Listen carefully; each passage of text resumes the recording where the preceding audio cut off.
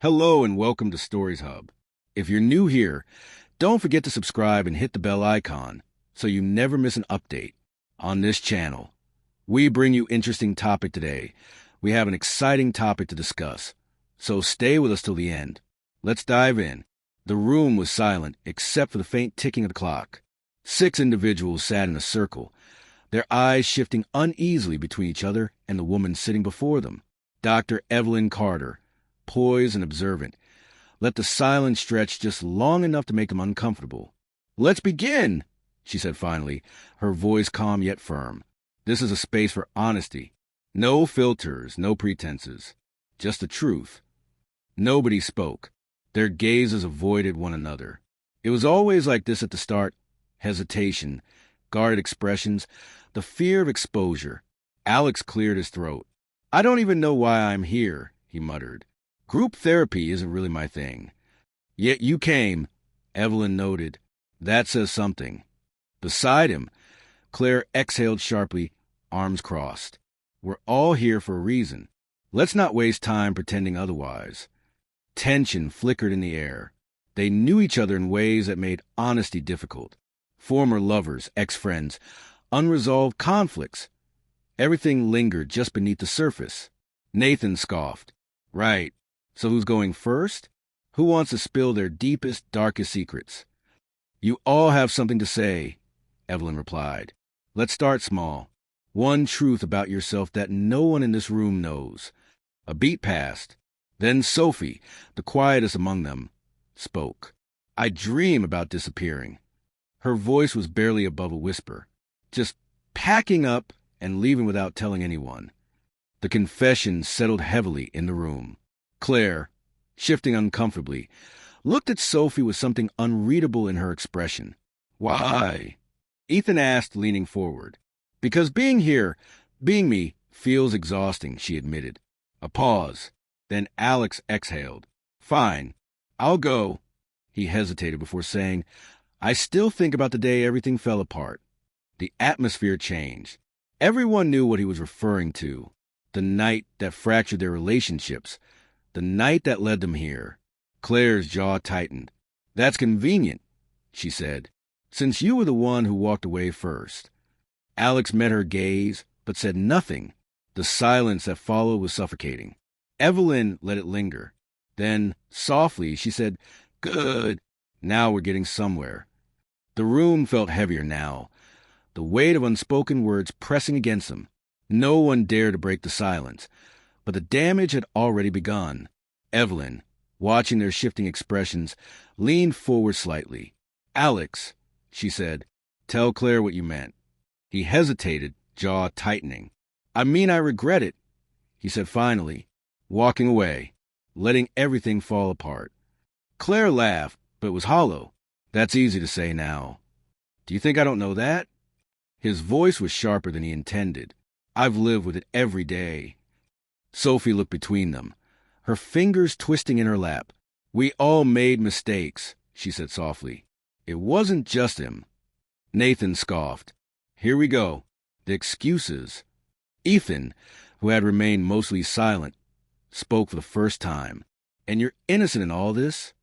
His tone was measured, but there was an edge to it. "Because from where I'm sitting, none of us are." Nathan's jaw clenched.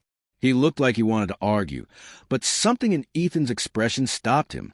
"Tell me," Evelyn said, her voice steady. "What would you have done differently?" No one answered at first. Then Sophie, almost too quietly, said, "I would have told the truth." Evelyn nodded. "And why didn't you?" Sophie's hands tightened into fists. "Because I was scared." Silence.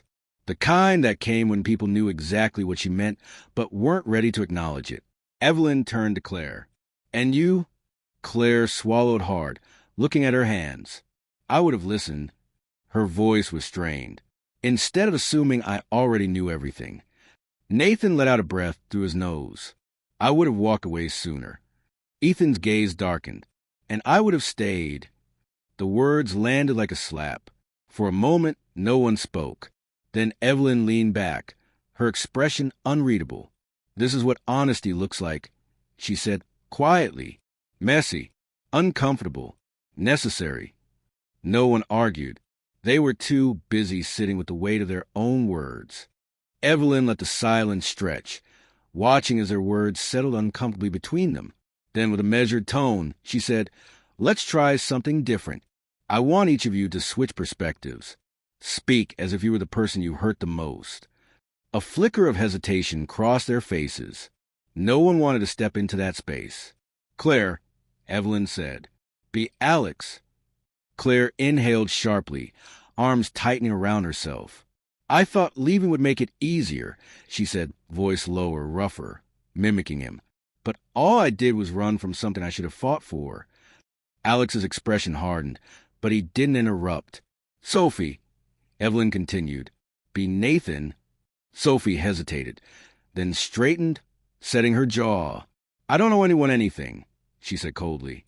"You all think you're better than me. But I only did what I had to." Nathan's lips parted slightly, like he wanted to protest, but he stayed quiet. "Now, Nathan," Evelyn's gaze didn't waver. "Be Sophie." His nostrils flared. For a moment, it seemed like he'd refuse. But then, exhaling sharply, he spoke. "I just wanted someone to see me. To really see me. But no one ever did they?" The shift in the room was almost tangible. Sophie looked down, blinking hard. Evelyn turned to Ethan. "Be Claire." Ethan let out a short, humorless laugh before tilting his head. "I push people away before they can leave. It's easier to be the one walking than the one left behind." Claire's throat bobbed, but she said nothing. "Alex," Evelyn said at last. "Be Ethan." Alex closed his eyes briefly before speaking. I waited for someone to say they needed me. But no one did, so I stopped waiting." Ethan's gaze flickered, something raw in his expression. Evelyn leaned back, satisfied. "Now, tell me," she said quietly, "was it easier to say it as someone else?" No one answered, but the way their eyes shifted, the way their shoulders hunched ever so slightly, it was answer enough. The weight of their own words lingered between them, heavy and inescapable. No one looked at each other directly, as if afraid of what they might see. Evelyn let the tension settle before she finally spoke. "You've said things here that can't be unsaid," she stated. "Now, what do you do with them?" Claire was the first to respond, her voice quieter than before. "I don't know." She exhaled, shaking her head. "What happens after this? We all just go back pretending." Ethan scoffed, leaning back. "That's what we do, isn't it? We bury things, wait for time to smooth over the rough edges." Sophie, still staring at her hands, murmured, "But what if it doesn't?" Nathan let out a hollow laugh. "Then we do what we always do. We break, we rebuild, and we break again." Alex rubbed a hand down his face. "Maybe," he said, "but I'm tired of breaking." A silence stretched between them, different this time, less tense, more thoughtful. Evelyn studied them, then said, "Not everyone leaves here with closure. Some of you will walk away lighter.